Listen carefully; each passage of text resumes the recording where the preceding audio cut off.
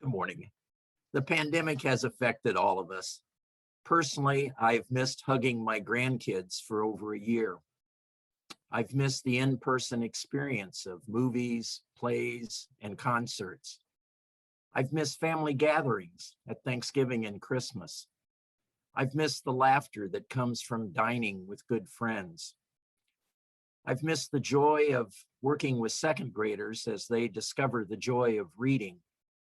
And of course, I've missed gathering in person with all of you every Sunday.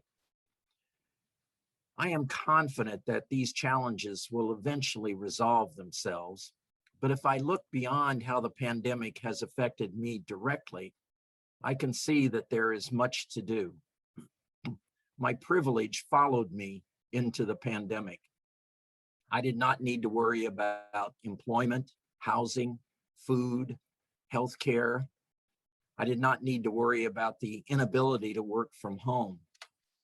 I did not need to worry about life-threatening encounters with law enforcement. I did not need to worry that my whiteness would result in physical assault. 1 year ago, Reverend Nick and Nicole Wiltrout led us in a service that challenged us to look at the pandemic as an opportunity to hit the reset button and really think about what we wanted our place in the post-pandemic world to look like. It was a powerful message, but I think about what has changed since then. It came before George Floyd. It came before much of the job loss and business failures of the spring and summer. It came before the full impact of the big lie. It came before the Capitol insurrection. It came before an ever-increasing disparity in income. It came before significant increases in domestic violence, child abuse and neglect, mental health issues, suicide, and homelessness.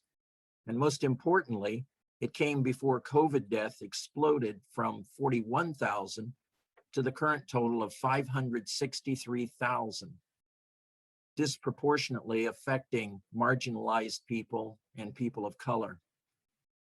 The idea of getting back to normal may be the path of least resistance. I would also argue that it's the path of least mindfulness. But if the message from a year ago was powerful and compelling, and it was, how can we now possibly believe that anything other than a new normal will allow us to be true to our mission and values? Come, let us worship together as we chart our new path forward. A couple weeks ago, or maybe, I think about a couple weeks ago, I talked about my high school youth experience. And I believe to this day, the group is still titled the same thing it was when I was around, which is YRUU, Young Religious Unitarian Universalists, and playfully a question, why are you you? And I was thinking about that, and here's a little picture. My printer ink has still not been replaced, so bear with me here. Here's a picture of us. You can see this strapping young man here. It's me. You can also see my brother, if anyone knows what his face is, but this was some of our cohort before we went down, I think, to New Orleans. My brother went as a chaperone, and I know some of you have gone to New Orleans. Perhaps some of our youth will go there again soon, but that's some of our YRUU group. And I was thinking about this acronym YRUU, and I was thinking about this Wonderbox time today, and I was thinking about another acronym that's also the letters YRUU. And so I have this title of YRUU versus YRUU, but if you read closely, it's actually a little slightly different. It's YRUU versus, well, let me tell you a story to help you figure out what it stands for. This is a story that's been shared by a lot of people and derived from a lot of traditions, particularly the Hasidic tradition of Judaism.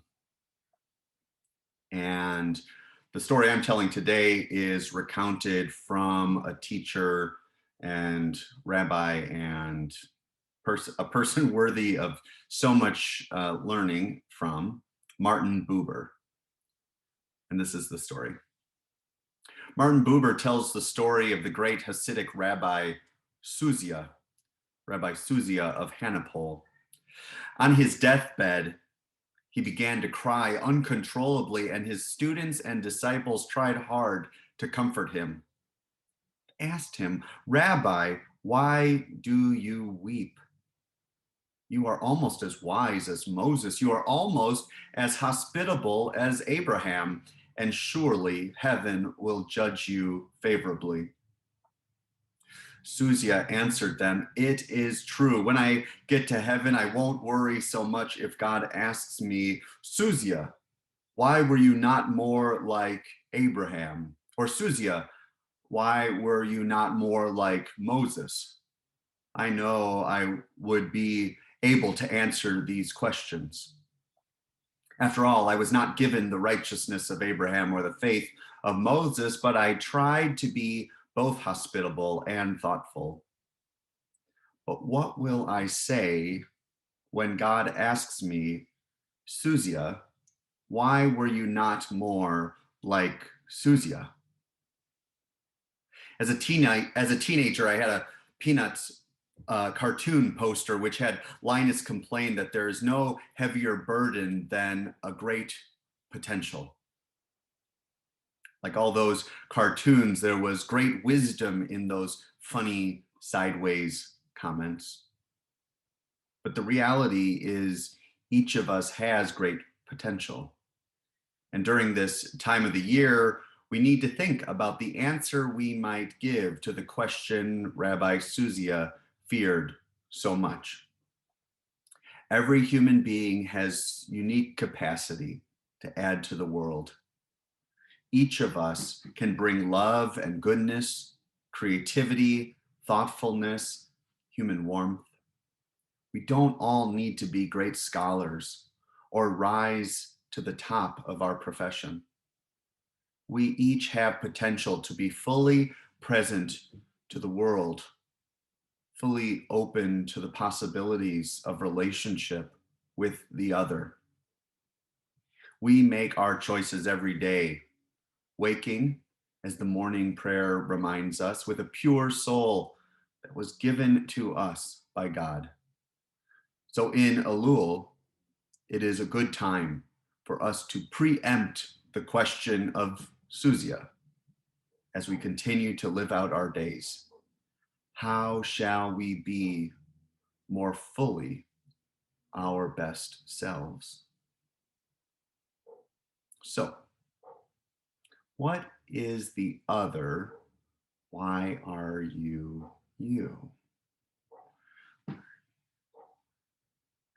Why are you you versus why aren't you you? Spelled RN''T, aren't. Why are you you versus why aren't you you? And as we move forward into this service and as we move forward back into embrace and relationship in 3 dimensions, I invite you to constantly ask one another this question of not only why are you you, but in times when we are acting in ways that we know are not of ourselves, not of our best selves, to ask us to come back, to say, why aren't you you? And in that, we can encourage one another to move forward in better ways, in more whole ways, so that whenever our end comes, we know we lived a tremendous life of service, of hope, and of love. May it be so, and amen.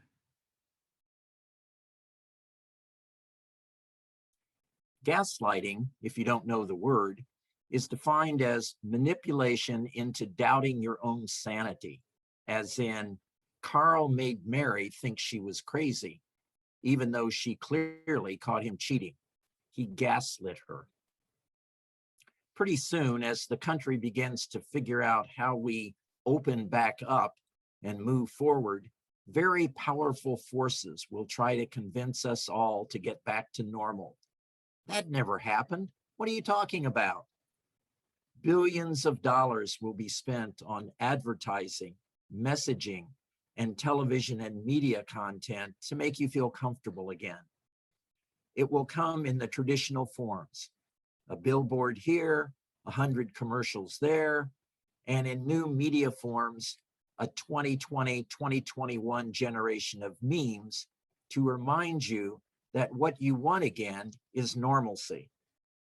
In truth, you want the feeling of normalcy, and we all want it. We want desperately to feel good again, to get back to the routines of life, to not lie in bed at night wondering how we're going to afford our rent and bills, to not wake up to an endless scroll of human tragedy on our phones, to have a cup of coffee perfectly brewed and simply leave the house for work.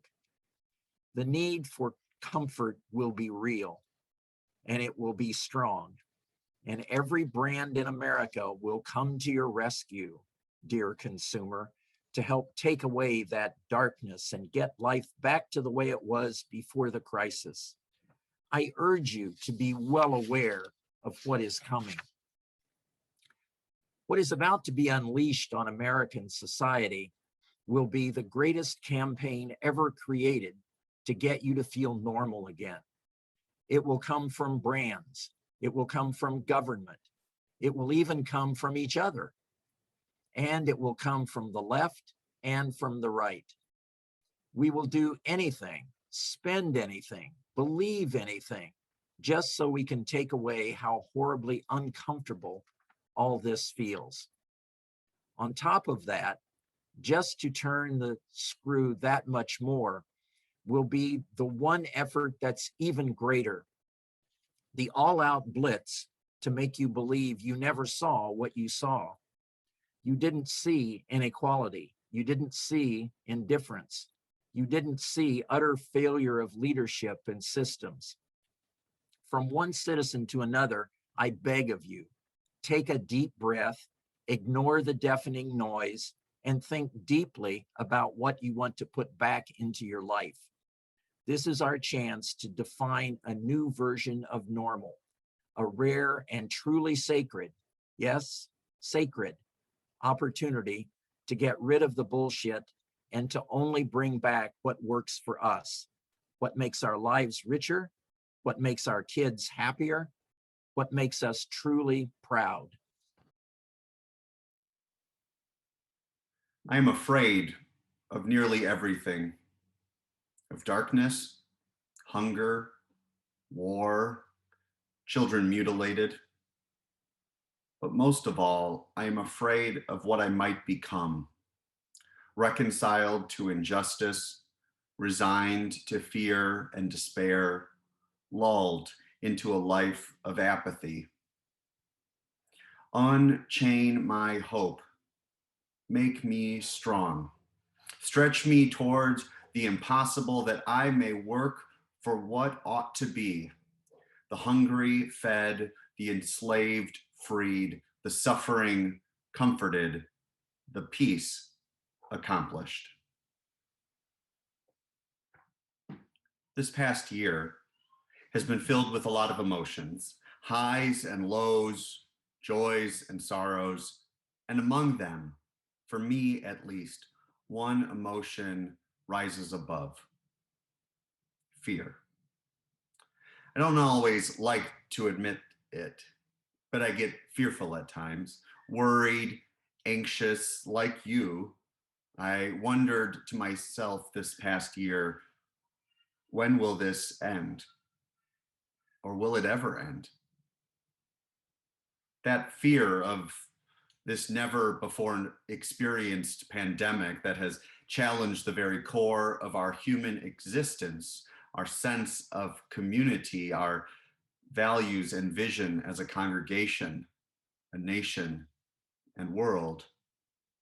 This pandemic has fostered a fear in me that for more than a year I have had to sit with, acknowledge, and try with hope and courage to push through to what is next. What is next? A fearful question, but also a curious one, a wonderful one, a question of possibility and maybe even joy. What is next has been one of our guiding questions this past year. And with it, at least for me, that has meant fear and uncertainty of what's next has been with us as well. This morning, I want to explore the fear we have maybe been carrying around with us for some time now, and especially as we imagine our way back to one another. Tomorrow will mark a year, 1 year, from when I preached alongside Nicole Wiltrout last spring on the reading we reprised this morning, Prepare for the Ultimate Gaslighting. Almost a year to the day has come and gone, and this writing, this wisdom and warning of this essay remains alive and present to us today. I wanted to revisit this reading in part because it was so profoundly insightful and prophetic, and also dearly naive and short-sighted as we soon come back together last April, the author wrote. Little did we know what this last year had in store for us, for this world, and especially for the most vulnerable among us. And underneath this reading, underneath its invitation to notice what is happening all around us, I experience a tremendous amount of fear bubbling up in me when I heard Steve read it again this morning. You see, fear and anxiety is at the heart of the psychological trauma, not the physical trauma, but the psychological trauma we have been facing this past year. The psychological trauma embodied in a single word as gaslighting is a method of individual and social control that leaves us feeling crazy, left feeling fearful, confused, and out of control, sometimes helpless.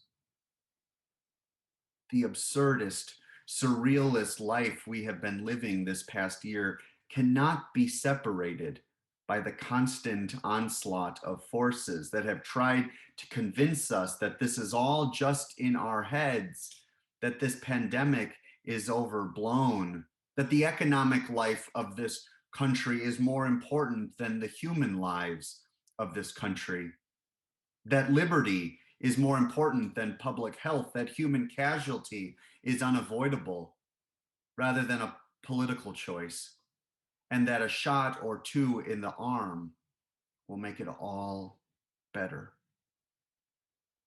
No, indeed, not a shot of anything will heal the pain of this world or what you may have experienced at moments throughout this pandemic. And yet the fear is real.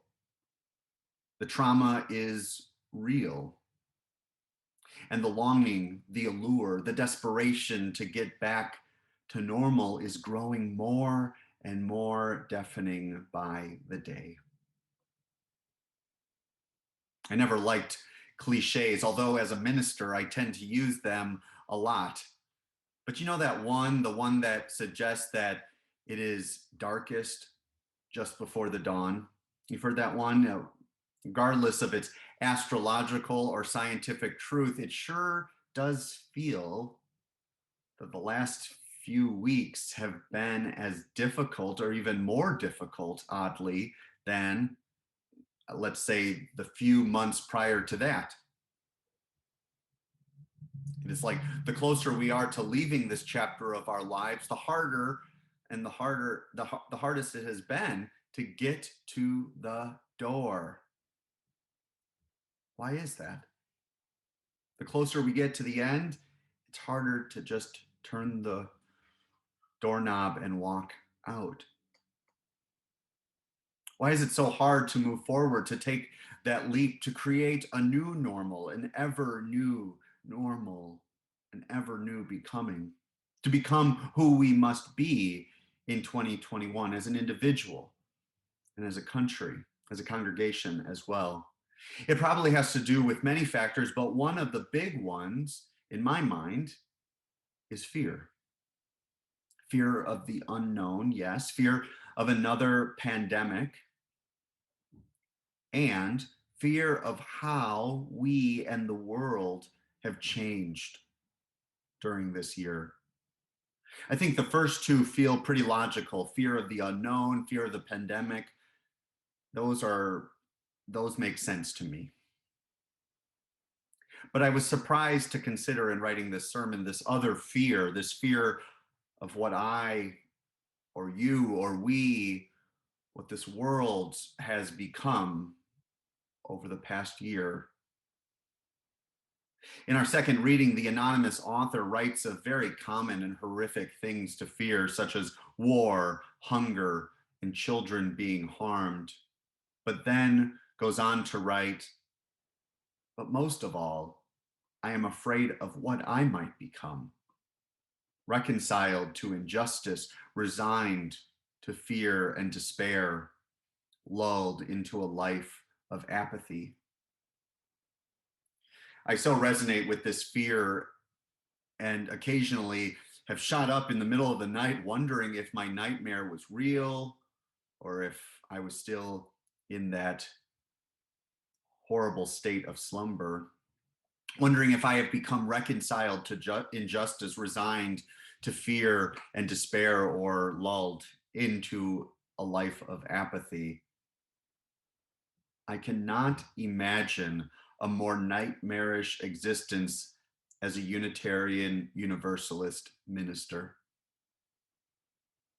Perhaps more frighteningly, this is not a nightmare we have been living. This is a real life. This has been a year where life and death and everything in between has been laid bare, and where, despite our best liberal intentions to cling to the arc of the universe, we are in reality faced with a simple yet consequential decision. That is, do we really want to get back to normal? This word normal has been haunting me and bringing fear to me for over a year now. Normal, the status quo, that which was or has always been, or in a word, a return to our heritage. And yet normalcy, the status quo, and sometimes elements of our heritage are filled with qualities and realities that are often best left in the past. Racism, environmental disregard, gun violence, domestic violence, violence of all sorts, voter suppression, corporate greed, and the list goes on and on. This is the heritage of our country. Or said in a different way, this is our country's inheritance. This is our inheritance. This is the very normal, the status quo, the calm, at least for most of us, that whether we admit it fully or not, consciously or not, we are longing to return to. A little before Gambuto's article was published, another provocative proposition was put forth on social media by cultural organizer and educator Kate Deciccio. In a beautiful piece of art created in response to the pandemic, she suggested, if we get this right, we will never go back to normal. If we get this right, we'll never go back to normal.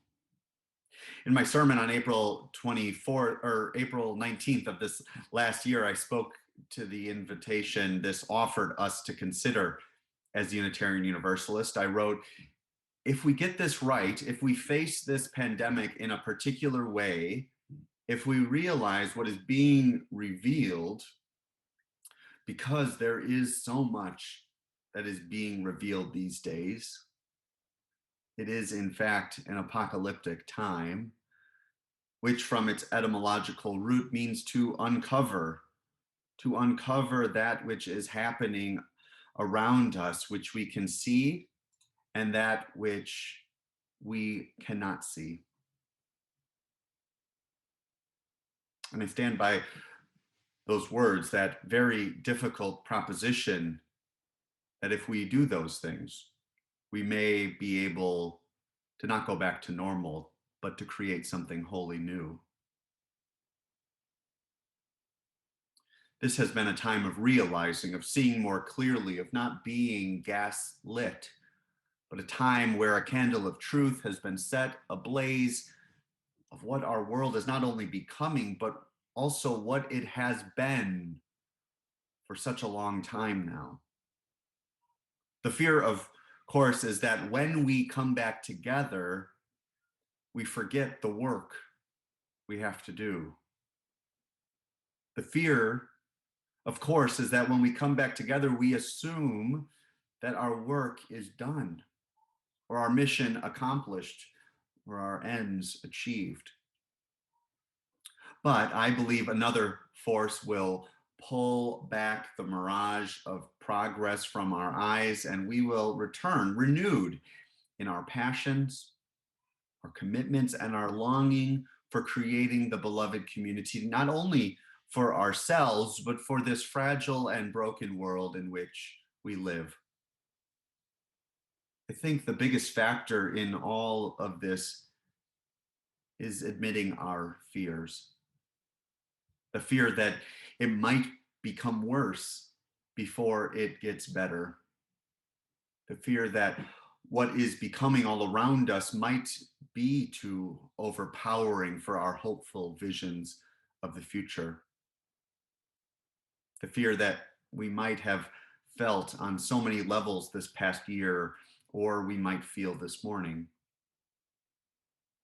When I have come, what I have come to know about my fear in my life is that fear loses some of its power once it is named. Once it is named.